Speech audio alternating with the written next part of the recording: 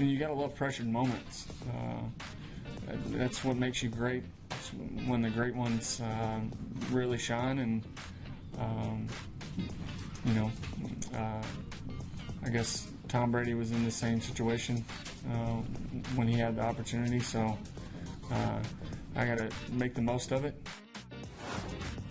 All right, time for a little scout versus scout. Daniel Jeremiah, Bucky Brooks. And, well, I think it raised a couple eyebrows when you've got A.J. McCarron dropping the Tom Brady line on everybody. You didn't necessarily like that. You didn't like that. I think, look, I'm going to try and hold down the fort. Andy Dalton's the starter here. I'm going to do the best I can. And my job to keep this team afloat. That's not his style. No, I don't like that. I'm okay with A.J. because I think A.J. is ready for prime time. So I'm all in on him having a little confidence. All right, we're coming with 3 reasons why the Bengals will still be okay with A.J. McCarron, and that's what you're going with? Yeah, A.J. McCarron is ready for prime time. Look, I was bullish on him in the draft. I thought he was a guy that was undervalued. We now get an opportunity to see what he can bring to the table. Look, I believe he was prepared for the pro game, played at Alabama, won 2 national titles, and I know he's labeled and miscast as a game manager based on how he played at Alabama, but I think he had a little spunk to him, and I think you will see him in an offense where Hugh Jackson puts him in a situation where he can shine.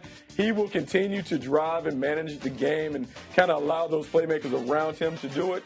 But A.J. McCarron is the right guy for this situation. I think he's ready and relishing the opportunity that's at him. So you're a big fan of pick sixes?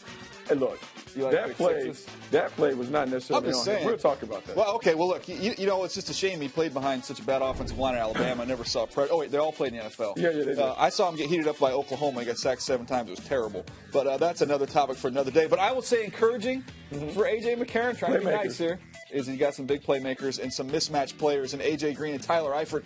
These are mismatched guys, Buck. It doesn't matter if their coverage is put it up, give them a chance, and they can make something happen for you. I think that's number one thing that A.J. McCarron's got going for him, these 2 guys. Well, yeah, when you're a leading actor, you have to have a nice supporting cast to be able to get the award. I think he's going to get an Oscar based on his performance because he has a nice cast of weapons around him. There you see A.J. Green. Tyler Eifert, you mentioned, has 12 touchdowns. I think they're featuring between the hashes. I like what they have going for the Bengals. I think A.J. McCarron's going to be okay. Maybe just give an early Christmas present to the Steelers with that pick 6. I'm going to go to the defensive line, though, another reason why you can be optimistic, because this is a defensive front that can take over a football game. You saw Dunlap right there jump the snap and get after Ben Roethlisberger, Geno Atkins and company.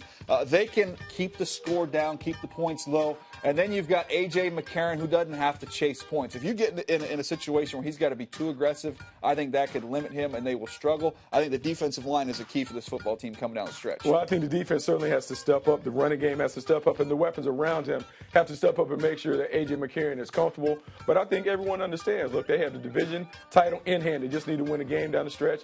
If they can get the bye, I think it gives them enough opportunity to get all the practice reps to be ready for that role, and I think he can pull off a big surprise in the playoffs. I'm going to hit you with a question. You don't know this is coming, so people, I'm just throwing this at Bucky. I'm ready. A movie character that A.J. McCarron most reminds you of.